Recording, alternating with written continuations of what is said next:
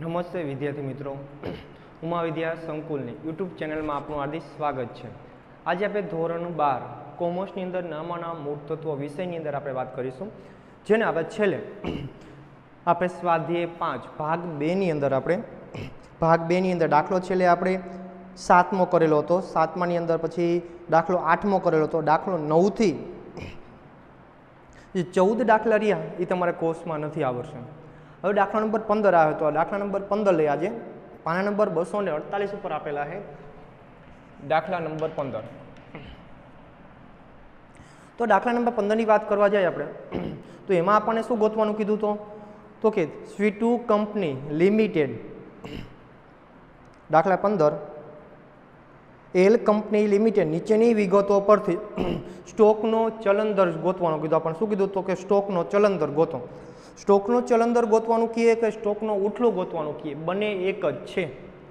તો આપણે એનું સૂત્ર લખી, સ્ટોકનો ઉઠલો જે આપ્યું એ મેઇન સૂત્ર પહેલા લખવાનું,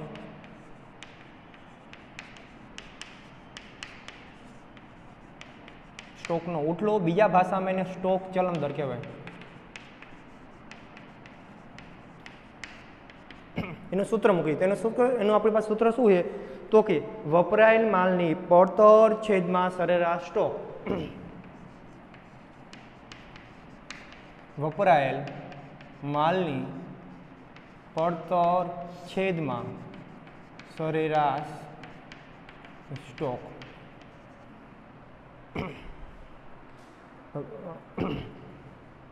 વપરાયેલ માલની પડતર છેદમાં સરેરાશ, વપરાયેલ માલની પડતર વેચેલ માલની પડતર આવશે, વેચેલ માલની પડતર છેદમાં સરેરાશ સ્ટોક। હવે વેચેલ માલની પડતર આપણને આપી નથી તો વેચેલ માલનું પડતરનું સૂત્ર આપણી પાસે બે છે। એક વેચેલ માલની પડતર બરાબર સરેરાશ સ્ટોક પ્લસ ખરીદી પ્લસ ખરીદીના ખર્ચા માઇનસ આખર સ્ટોક। તો આમાં એ સૂત્ર આપણે લાગુ નહીં પડે, કારણ કે ખરીદીના ખર્ચાની આપણને કાંઈ આપેલું નથી। તો બીજું સૂત્ર એવું છે કે સરેરાશ વેચેલ માલ પડતરનું બીજું સૂત્ર એવું છે કે વેચાણ માઇનસ કાચો નફો। તો આપણને કાચો નફાનો દર આપ્યો છે, કાચો નફાનો દર આપણને આપ્યો તો અહીંયાથી આપણને મળશે તો વેચેલ માલની પડતર બરાબર વેચાણ માઇનસ કાચો નફો। તો ભાઈ વેચાણ આપણને અંદર આપ્યું છે, વેચાણ આપણને કેટલું આપ્યું તો કે 30 લાખ, વેચાણ આપણને 30 લાખ આપ્યું, વેચાણનો દર આપણને આપ્યો 30%।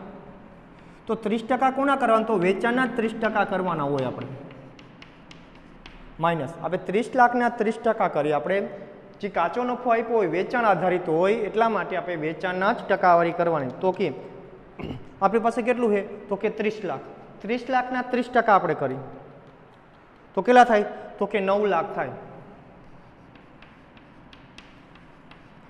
હવે 30 લાખમાંથી 9 લાખ જાય આપણી પાસે 21 લાખ વધે। તો આપણી વેચેલ માલની પડતર આપણી પાસે આવી 21 લાખ।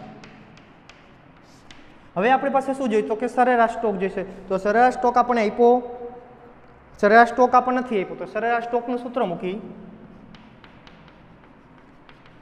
સરેરાશ સ્ટોક બરાબર સરેરાશ સ્ટોકનું સૂત્ર શું આવે તો કે શરૂઆતનો સ્ટોક પ્લસ આખર સ્ટોક ભાગ્યા 2। શરૂઆતનો સ્ટોક પ્લસ આખર સ્ટોક છેદમાં 2। તો શરૂઆતનો સ્ટોક આપણને કેટલો આપ્યો છે 15 ની અંદર, શરૂઆતનો સ્ટોક આપ્યો 3,50,000 પ્લસ આખર સ્ટોક આપણને આપ્યો 2,50,000 છેદમાં 2। તો 3,50,000 સરવાળો કરી 3,50,000 પ્લસ 2,50,000 એટલે આવ્યા 6 લાખ છેદમાં 2। હવે 6 લાખ ભાગ્યા 2 કરો એટલે આપણી પાસે આવે 3 લાખ। તો નીચે આવશે 3 લાખ। હવે 21 ભાગ્યા આપણે 3 કરીએ એટલે કેટલા આવે તો કે 7। તો આપણે કાચા નફાના ગુણોત્તર હતા, કાચા નફાનો ગુણોત્તર અને ચોખ્ખા નફાનો ગુણોત્તર એની પાછળ આપણે ટકા લગાવતા, તરલતાના ગુણોત્તર આવ્યા ચાલુ પ્રવાહી ગુણોત્તર કે ચાલુ ગુણોત્તર એની પાછળ આપણે જેમ 1 લગાવતા, જ્યારે હવે જેટલા ગુણોત્તર આવે એની પાછળ આપણે વખત લગાડવાનું છે. તો સ્ટોકનો ઉથલો, સ્ટોક રહ્યો કાચા માલ આપણે સ્ટોક આવે એમાંથી તૈયાર માલમાં રૂપાંતર થઈને વેચાય એ વર્ષની અંદર કેટલી વાર થાય? તો કે 7 વખત એવું બને છે આપણે ધંધાની અંદર. ત્યારે પછી આવે દાખલા નંબર 16. તો દાખલા નંબર 16 ની અંદર આપણે જોઈ વાય કંપની લિમિટેડની નીચેની વિગતો પરથી સ્ટોક ચલન દર ગોતો. તો આમાં પણ આપણને સ્ટોક ચલન દર ગોતવાનો કીધો હોય. સ્ટોક ચલન દર બરાબર વેચેલ માલની પડતર છેદમાં સરેરાશ સ્ટોક. વેચેલ માલની પડતર છેદમાં સરેરાશ સ્ટોક આપણો. તો વેચેલ માલની પડતર આપણને નથી આપી, અહીંયા આપણને ટકા નથી આપ્યા. ક્યાં જો દાખલા અંદર ટકા નથી આપ્યા, આ સૂત્ર લાગુ પડશે નહીં. તો વેચેલ માલ પડતરનું બીજું એક સૂત્ર આપણી પાસે, વેચેલ માલ પડતર બરાબર શરૂઆતનો સ્ટોક પ્લસ ખરીદી પ્લસ ખરીદીના ખર્ચા પ્લસ મજૂરી આપી તો પ્લસ કરવાનું, ન આપી તો નહીં કરવાનું, આપી આપણને પ્લસ મજૂરી માઇનસ આખર સ્ટોક. તો શરૂઆતનો સ્ટોક આપણને કેટલો આપ્યો? દાખલા નંબર 6 ની અંદર શરૂઆતનો સ્ટોક આપણને 2 લાખ આપ્યો, પ્લસ ખરીદી આપણને કેટલી આપી એની અંદર? ખરીદી જોવા જાય તો 22 લાખ આપી આપણને, પ્લસ ખરીદીના ખર્ચા આપણને કેટલા આપ્યા? તો કે 1 લાખ આપ્યા, પ્લસ મજૂરી આપણને કેટલી આપી? તો મજૂરી આપી 2,50,000 આપણી પાસે, માઇનસ આખર સ્ટોક. તો આખર સ્ટોક આપણને કેટલો આપ્યો એની અંદર? આખર સ્ટોક જોવા જાય તો 1,50,000 આપ્યો.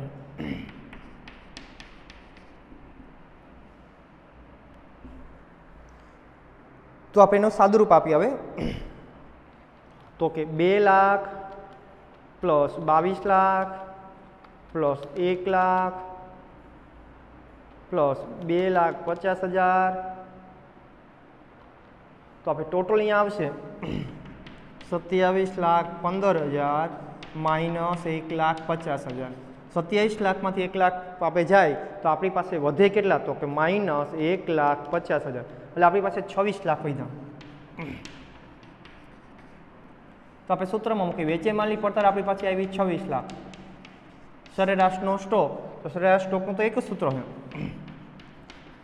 સરેરાશ સ્ટોકનું સૂત્ર આપણી પાસે એક જ છે, સરેરાશ સ્ટોક બરાબર શરૂઆતનો સ્ટોક પ્લસ આખર સ્ટોક છેદમાં 2. તો શરૂઆતનો સ્ટોક આપણને કેટલો આપ્યો? તો કે 2 લાખ આપ્યો.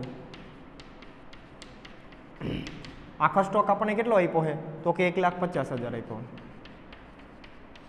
છેદમાં 2. 2 લાખ 1,50,000 3,50,000 થાય ટોટલ આપણો છેદમાં 2. તો 3,50,000 ભાંગા 2 કરી તો આપણી પાસે આવે 1,75,000. સૂત્રમાં મૂકી 1,75,000. આપણે 26 લાખ ભાંગા 1,75,000 કરી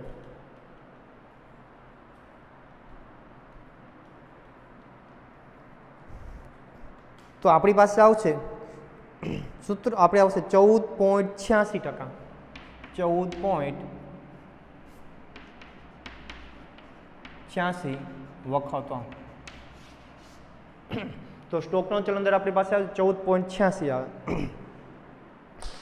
ત્યાર પછી આપણે દાખલા નંબર 17 જોઈએ. ઝેડ કંપની લિમિટેડની નીચેની વિગતો પછી કાર્યશીલ મૂડીનો ઉથલો એટલે કે ચલન દર શોધો. અને આપણને કાઉન્સમાં કીધું વેચાણ અને વેચાણ પડતરના આધારે ગોતવાનો હોય. 2 રીતે ગોતવાનો કીધો, વેચાણ ઉપર ગોતવાનો હોય અને વેચાણ પડતરના આધારે ગોતવાનો. મેં જ્યારે તમને થિયરી લખાવી ત્યારે કીધું કે વેચાણ આપેલું ન હોય તો વેચાણ માલની પડતર ધ્યાનમાં લેવી.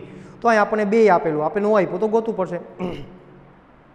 તો વેચાણ નથી આપ્યું, વેચાણ માલની પડતર ઉપર આપણે કાર્યશીલ મૂડીનો ઉઠલો ગોતશું, પછી એના ઉપર આપણે વેચાણ ગોતીને એના ઉપર 2 દાખલા આપણે કરવાના છે આની અંદર. તો દાખલા નંબર 17.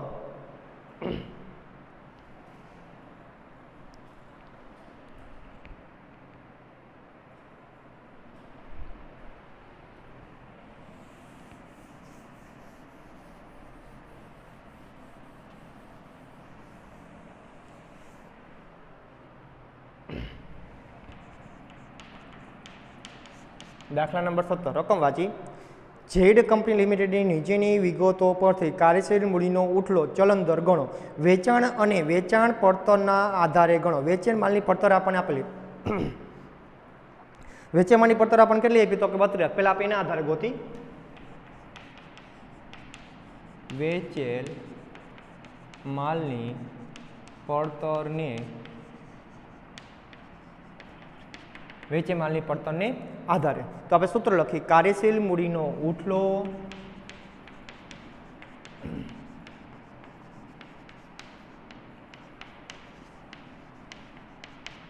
બીજોને શું કહેવાય? ચલન દર કહેવાય.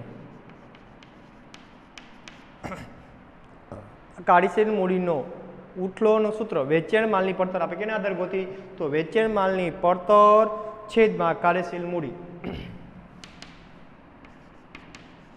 વેચેલ માલની પડતર છેદમાં કાર્યશીલ મૂડી. તો વેચાણ માલની પડતર આપણે આપેલી પણ કાર્યશીલ મૂડી નથી આપી, તો કાર્યશીલ મૂડીનું આપણે ગોતવું પડશે. કાર્યશીલ મૂડી બરાબર આપણું સૂત્ર છે. કાર્યશીલ મૂડીનું આપણી પાસે સૂત્ર શું છે? તો કે ચાલુ મિલકત માઇનસ ચાલુ દેવા. ચાલુ મિલકત માઇનસ ચાલુ દેવા. તો આપણે ચાલુ મિલકત આપણને આપેલી જોઈએ. આપણે ચાલુ મિલકત આપણને આપેલી છે 5 લાખ માઇનસ ચાલુ દેવા આપણને કેટલા આપેલા? તો કે 3 લાખ આપેલા. તો 5 માંથી 3 જાય આપણી પાસે વધે 2 લાખ.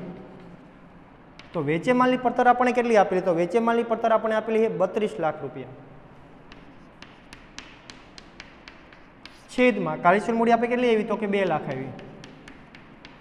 એના બેન આપે તો કે 32 લાખ ભાંગા 2 લાખ. તો આપણી પાસે આવશે 16. તો કે 16 વખત.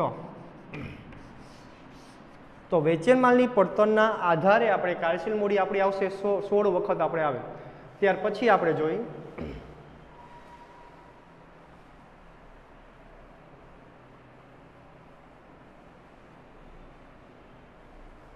હવે આપણે વેચાણના આધારે કરવાનું છે.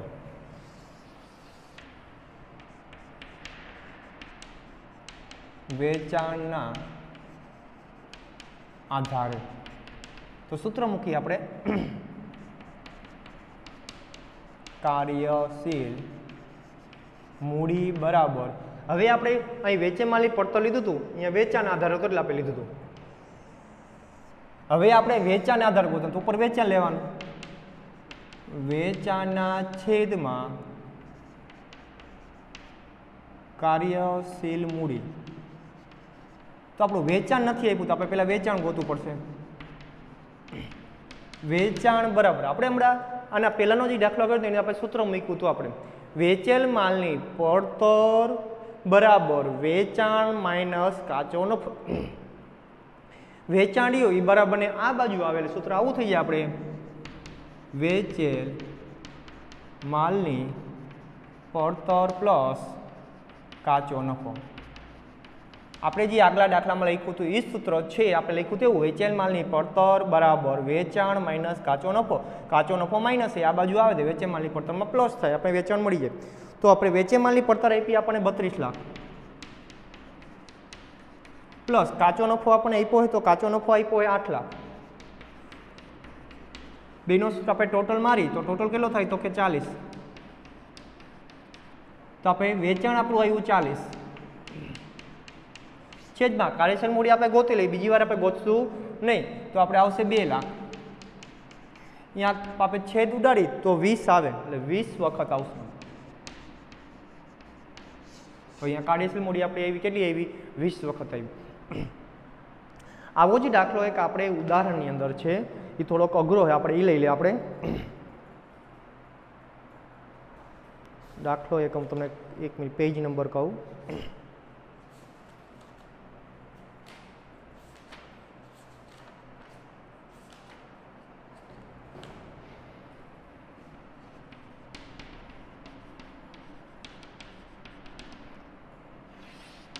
उदाहरण नंबर 27 पेज नंबर 239 पर आपेलू है। तो आप एम.एन. कंपनी लिमिटेडनी नीचेनी आपेली विगतोना आधारे कार्यशील मूडीनो उठलो शोधो। आपणे शुं गोतवानुं? तो कार्यशील मूडीनो उठलो ज गोतवानो। तो सूत्र मूकी कार्यशील मूडी बराबर हवे शेने आधारे गोतवानुं कीधुं है? तो आपणे कई कीधुं चौखट पाडेली नथी, आपणे वेचेल मालनी પડતર आपी है। तो पहला आपणे वेचेल मालना પડતરને आधारे गोती। वेचेल मालनी પડતર छेदमां कार्यशील मूडी। तो वेचेल मालनी પડતર आपणे आपेली केटली आपेली? तो के 15 लाख छेदमां कार्यशील मूडी आपणे आपेली। तो कार्यशील मूडी आपणे आपी 3 लाख रुपया। अब एना छेद उडाड़े तो 5 वखत आवे।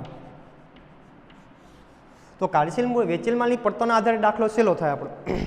परंतु हवे वेचाणना आधारे गणવાનો तो वेचाण आपणे आपेलू नथी, तो आपणे शुं करीए? हवे वेचाण आपणे नथी आपेलू तो आपणे पेला वेचाण गोतवुं पड़शे आपणे। तो आपणे वेचाण पेला गोती। तो सौथी पहेला आपणे जोवा जाईए तो आपणे शुं आप्युं? काचा नफानो दर आप्यो होय ने आपणे अगाऊ दाखलो गण्यो तेमां आपणे कीधुं हतुं के काचा नफानो दर वेचाण उपरथी नक्की थाय। आपणे वेचाण आपेलुं तेनी टकावारी करो એટલે काचो नफो मळे, पण अहींया आपणे वेचाण नथी आपेलुं पण वेचेल मालनी પડતર आपेली। જ્યારે आवो दाखलो आवे तमने जे वस्तुनी टकावारी करवी होय ए तमने आपेलुं न होय तो वेचाण धारवुं पड़े। तो धारी धारो के वेचाण बराबर 100। वेचाण आपणुं केटलुं है? तो 100 है। एमां काचो नफो आपणे केटलो आप्यो है? तो काचो नफो केटला टका आपणे कीधो है? तो काचो नफो आपणे कीधो 25%। तो 100 25% करो એટલે 25 આવે। વેચાણમાંથી કાચો નફો કાઢી એટલે 75 આપણે વેચેલ માલની પડતર વધે। વેચેલ માલની પડતર વધી આપણી પાસે। વેચેલ માલની પડતર કેટલી વધી? તો કે આપણને ખબર આપણું સૂત્ર જ હતું કે વેચેલ માલની પડતર બરાબર વેચાણ માઇનસ કાચો નફો। વેચાણમાંથી કાચો નફો કાઢી એટલે આપણે વેચેલ માલની પડતર વધે આપણે। तो 83 पद मूकी ए 75 वेचेल मालनी પડતર होय त्यारे वेचाण बराबर 100। वेचाण आपणुं केटलुं आवे? तो 100 आवे। तो आपणी पासे वेचेल मालनी પડતર रकममां केटली आपी? तो वेचेल मालनी रकमनी अंदर 15 लाख आपी। तो के 15 लाख वेचेल मालनी પડતર होय त्यारे वेचाण केटलुं? तो 15 लाख गुणिया 100 छेदमां 75। सादुं रूप आपीए आपणे। तो के 15 लाख गुणिया 100 भांगा 75। तो आपणी आवशे 20 लाख रुपया आवशे। 20 लाख आपणुं वेचाण आव्युं। हवे सूत्र मूकीए आपणे के कार्यशील मूडीनो उथलो बराबर वेचाणना छेदमां कार्यशील मूडी। तो वेचाण आपणे केटलुं आप्युं? तो के 20 लाख छेदमां कार्यशील मूडी आपणे आपेली छे 3 लाख। तो के 20 लाख भांगा आपणे 3 लाख करी तो आपड़ा केटला आवे? 6.66 आवे અને આપણે 6.66 થઈ જાય વખત।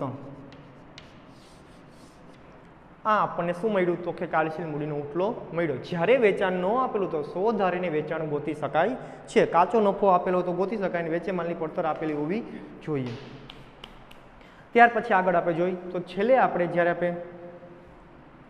ત્યારે આપણે ઉદાહરણ ક્યાં સુધી આપણે આપેલા હતા લેસનની અંદર આપણે જોઈ તો કે 15 સુધી ઉદાહરણ મેં તમને આપેલા હતા.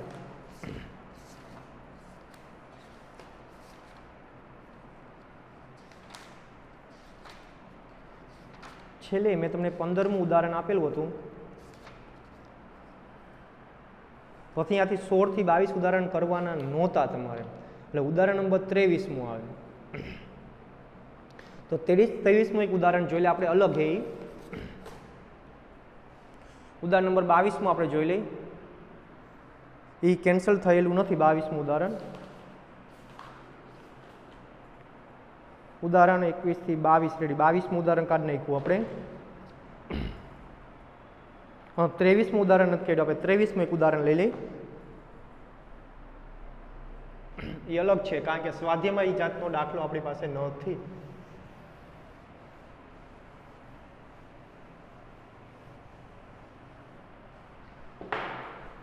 તો આપણે ઉદાહરણ નંબર 23. તો રકમ આપણે જોઈ. આરજે કંપનીની નીચે આપેલી વિગતોને આધારે વ્યાજ આવરણ ગુણોત્તર શોધો. તો વ્યાજ આવરણ ગુણોત્તરનું સૂત્ર વ્યાજ આવરણ ગુણોત્તર બરાબર વ્યાજ અને વેરા પહેલાનો નફો છેદમાં લાંબા ગાળાનું વ્યાજ.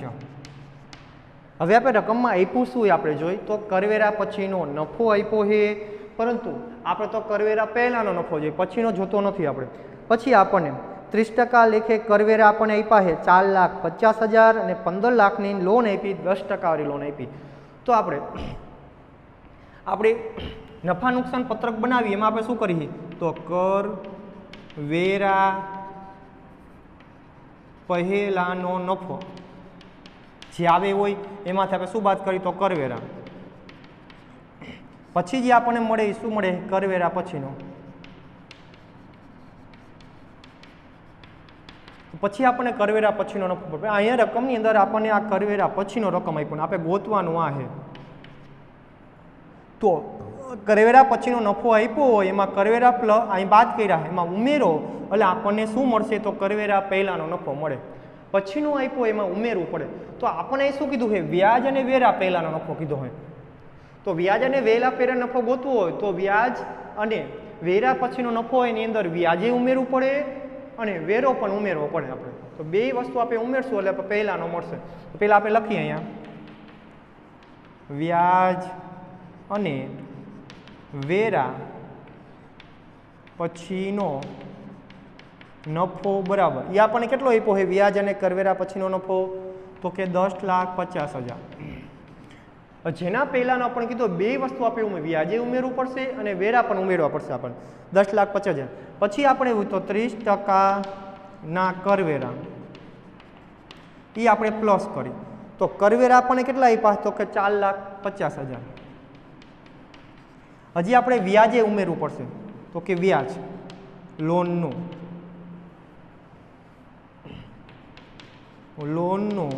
વ્યાજ. તો લોન આપણને કેટલી આપી તો કે 50 લાખની લોન આપી. 50 લાખના તમે 10% કરો એટલે આપણી પાસે આવે 5 લાખ. હવે આનો ટોટલ મારી 5 ને 5 10 વિદાય 1 એટલે 10 વિદાય 2 એટલે 20. તો કે 20 લાખ આવે આપણે. કરવેરા વ્યાજ અને કરવેરા પહેલા નફો આવે આપણી પાસે 20 લાખ છેદમાં લાંબા ગાળાનું દેવાનું વ્યાજ. તો લાંબા ગાળાનું દેવાનું વ્યાજ આપણી પાસે આપ્યું છે તો કે લાંબા ગાળાના દેવાનું વ્યાજ પણ આપણને આપેલું છે રકમમાં. તો લાંબા ગાળાના દેવા એટલે શું થાય તો કે લોનનું વ્યાજ પણ આપણને આપેલું. કેટલું આપ્યું તો કે 5 લાખ. તો 20 ભાગ્યા કરો એટલે 4 વખત આપણી પાસે અહીંયા કેટલા આવે તો કે 4 વખત આવે. તો આ રીતે ઉદાહરણ નંબર તમારું 22 રહ્યું એ પાના નંબર આપણને 236 ઉપર આપેલું છે.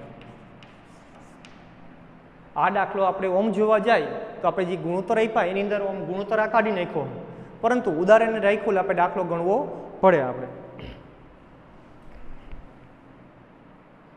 એટલે દાખલો આપણે ગણવો પડે. હવે જોવા જાય તો 23મું ઉદાહરણ મેં તમને ગણાવી દીધું છે. પછી ત્યાંથી તમારે ઉદાહરણ નંબર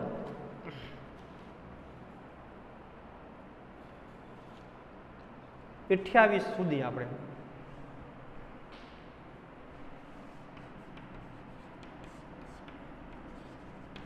તો 23મું મેં ઉદાહરણ તમે ગણાવ્યું પણ 23 થી 28 લખવાના છે. 28 29મું તમારે રહ્યું એ આપણે જે રીત શીખડાવવાની બાકી છે. આપણે 29 28 સુધી તમારે કરવાના છે. 28 લખવા રેડી. આટલું તમારે 23 થી 23મું ઉદાહરણ અલગ હતું એટલે મેં તમને કરાવ્યું છે. એટલે 24 થી 28 ઉદાહરણ તમારે કરવાના થશે. પછી આપણી પાસે બે રહ્યા, એક દેવાદારનો ઉઠલો અને લેણદારનો ઉઠલો આપણે બાકી રહ્યો. નેક્સ્ટ ટાઈમ આપણે જ્યારે આવશું ત્યારે આપણે બે દાખલા ગણાવશું એટલે સ્વાધ્યાય આપણું પૂરું થઈ જશે ને આપણો કોર્સ પણ પૂરો થશે. અસ્તુ.